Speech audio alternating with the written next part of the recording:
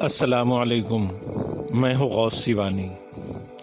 سید السادات سالار عجم، دست او معمار تقدیر امم، یہ شعر علامہ اقبال کا ہے جو انہوں نے سید علی ہمدانی رحمۃ اللہ علیہ کو خراج عقیدت پیش کرتے ہوئے لکھا تھا۔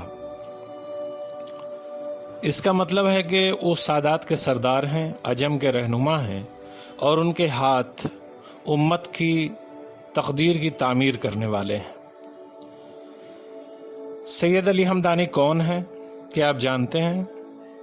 ان کے کارنامے سے آپ واقف ہیں؟ چند باتیں انہی کے تعلق سے عرض کرنا چاہتا ہوں۔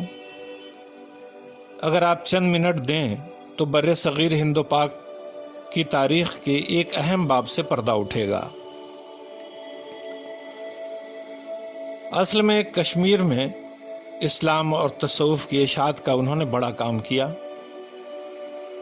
وادی میں عشق و عرفان کی جو ضیاءپاشیاں ہوئیں ان میں بہت بڑا حصہ شاہ ہمدان رحمۃ اللہ علیہ کا تھا۔ وہ چراغ جو حضرت شرف الدین بلال شاہ نے روشن کیا تھا، شاہ ہمدان نے اسے مشعل بنا دیا اور اس سے کئی دوسری مشعلیں بھی روشن ہوئیں۔ یہ آپ ہی کی کوششوں کا نتیجہ تھا کہ پورے کشمیر میں ہدایت و معرفت کے ہزاروں چراغ جل اٹھے اور وادی سے جہالت و گمراہی کے اندھیرے دور ہونے لگے۔ شاہ ہمدان کا اصل نام سید علی ہمدانی تھا۔ انہیں علی ثانی اور امیر کبیر کے لقب سے بھی یاد کیا جاتا ہے، لیکن کشمیری عام طور پر انہیں شاہ ہمدان کے نام سے پکارتے ہیں۔ آپ ایران کے علاقہ ہمدان کے رہنے والے تھے اور ایک حسنی سادات خاندان کے چشم و چراغ تھے۔ ظاہری اور باطنی علوم میں بے مثال اور تقوی و پرہیزگاری میں لاسانی تھے۔ عبادت و ریاضت، ذکر و فکر آپ کا شعار تھا۔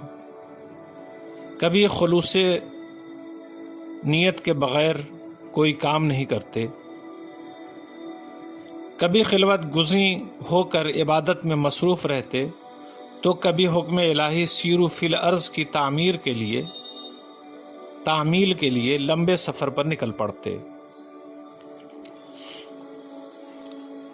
21 سال تک دنیا کی سیر کرتے رہے۔ اس دوران سینکڑوں اولیاء، ہزاروں علماء اور بے شمار ماہرین علوم و فنون سے ملاقاتیں کیں۔ یہ امیر تیمور کا ابتدائی دور تھا اور یہ ظالم سردار جب آپ کے در پہ آزار ہوا تو 700 مریدین کی جماعت کے ساتھ شہر سے نکل پڑے۔ شاہ ہمدان اپنے مریدین کے ساتھ 1372 عیسوی میں پہلی بار کشمیر تشریف لائے۔ یہ سلطان شہاب الدین کا عہد تھا اور یہاں مسلمانوں کی تعداد بہت کم تھی۔ وہ دوسری بار سلطان قطب الدین کے دور حکومت میں 1379 عیسوی میں آئے۔ پہلے سفر میں 6 ماہ اور دوسرے سفر میں تقریباً 2.5 سال ان کا وادی میں قیام رہا۔ وہ تیسری بار 1385 عیسوی میں یہاں آئے، مگر چند دن میں ہی خرابی صحت کی وجہ سے واپس ہو گئے۔ شاہ ہمدان رحمۃ اللہ علیہ نے اپنے تینوں سفروں کے درمیان تقریباً 3 سال کشمیر میں گزارے۔ 3 سال کی مدت یوں تو بہت قلیل ہوتی ہے، مگر جذبہ صادق نے ان 3 برسوں کے اندر جو کارنامے انجام دیے وہ 3 صدیوں میں ممکن نہ تھا۔ شاہ ہمدان نے اپنے چند روزہ قیام کشمیر کے دوران جو اثرات چھوڑے وہ بہت عظیم اور دیرپا تھے۔ انہوں نے نہ صرف مذہبی انقلاب برپا کیا بلکہ صنعتی، معاشی اور معاشرتی انقلاب بھی برپا کیا، جس کے اثرات بعد میں کشمیریوں کی زندگی پر مزید گہرے ہو گئے، اور آج بھی کشمیر کی تہذیب میں شاہ ہمدان کی تحریک کا رنگ بہت نمایاں نظر آتا ہے۔ شاہ ہمدان چونکہ ایک صوفی کے ساتھ ساتھ ایک عالم و فاضل اور با تدبیر انسان تھے، لہٰذا ان کا ہر کام بہت منظم طریقے سے انجام پایا، اور انہوں نے بہت تھوڑی مدت میں وہ کر دکھایا جس کے لیے شاید صدیاں بھی کم پڑ جاتی۔ آپ کا بڑا کارنامہ تو یہ رہا کہ وہ ہزاروں لوگ جنہوں نے حضرت بلال شاہ کی تعلیمات سے متاثر ہو کر دامن اسلام تھام لیا تھا، مگر ان کی اصلاح نہیں ہو پائی تھی، ان میں سے چند زندہ تھے ان کی اصلاح کی۔ اسی کے ساتھ ان کے بعد کی نسل جو اسلامی تہذیب و تمدن سے ناآشنا تھی، اسے آپ نے اسلامی روح سے آشنا کرایا۔ شاہ ہمدان کی ظاہری اور باطنی زندگی بہت خوب تھی۔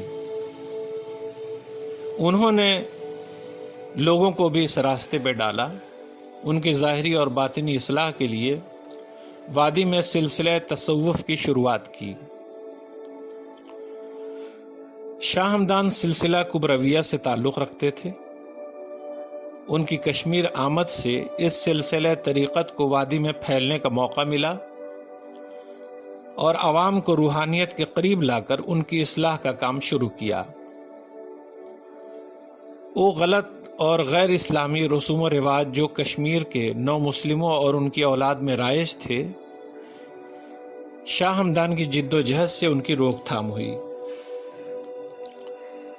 عام لوگوں کی مستقل تعلیم و تربیت کے لیے ان کی کوششوں سے مدرسوں کا قیام عمل میں آیا، جن کے فارغین نے دوسروں کی ہدایت و رہنمائی کی اور خود بھی مدرسے قائم کیے۔ شاہ ہمدان کی یہ خواہش تھی کہ وادی میں بڑے پیمانے پر مدرسے قائم ہوں جہاں قرآن و حدیث کا درس دیا جائے۔ اس مقصد کی تکمیل کے لیے مدرسۃ القرآن کا قیام عمل میں آیا۔ آپ کے ساتھیوں میں علوم اسلامیہ کے ماہرین بھی تھے، انہی کے ذمہ مدرسے کی خدمت سونپی گئی اور اس مدرسے کے پہلے ناظم ابو المشائخ مولانا محمد سلیمان علیہ الرحمہ کو بنایا گیا۔ انہیں امام القرہ کے خطاب سے نوازا گیا اور ان کی نگرانی میں ماہرین علوم اسلامیہ نے طلباء کی تعلیم و تربیت کا کام شروع کر دیا۔ حضرت شاہ ہمدان رحمۃ اللہ علیہ کی تحریک پر ایک اور مدرسہ قائم ہوا جس کا نام عروۃ الوثقیٰ تھا۔ اس مدرسے کے لیے سید جمال الدین محدث رحمۃ اللہ علیہ نے خاص طور پر جد و جہد کی۔ وہ خود دینی علوم کے ماہر تھے اور یہاں طلباء کی تعلیم و تربیت کیا کرتے تھے۔ یہاں سینکڑوں تشنگان علم ایک ساتھ علم حاصل کرنے میں مصروف رہا کرتے تھے۔ ایک تعلیمی ادارہ خود سلطان قطب الدین نے قائم کیا تھا جس میں دور دراز کے طلباء علم حاصل کرنے کے لیے آیا کرتے تھے۔ اس مدرسے کی ذمہ داری بھی شاہ ہمدان کے رفقا میں سے جو کچھ بزرگ موجود تھے ان کے سپرد تھی۔ اس مدرسے کو خوب شہرت حاصل ہوئی۔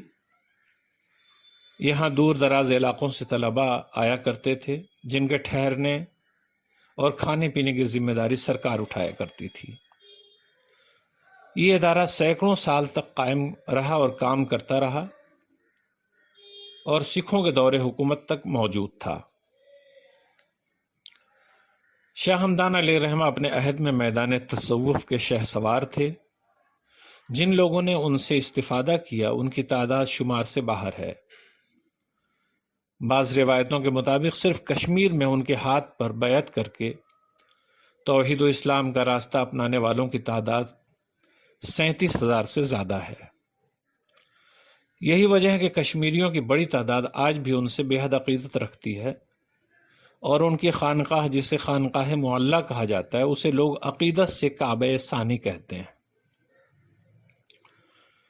یہ کشمیر کے ان دو مقدس جگہوں میں سے ایک ہے جہاں عوام کا ازدحام ہوتا ہے اور بڑی تعداد میں لوگ عقیدت سے جمع ہوتے ہیں۔ اس سلسلے میں مزید معلومات کے لیے اس سیریز کی اگلی 2 ویڈیوز ضرور دیکھیں۔ بزرگان دین اور تصوف کے بارے میں جانکاری کے لیے آپ ہمارے YouTube چینل کو سبسکرائب کریں۔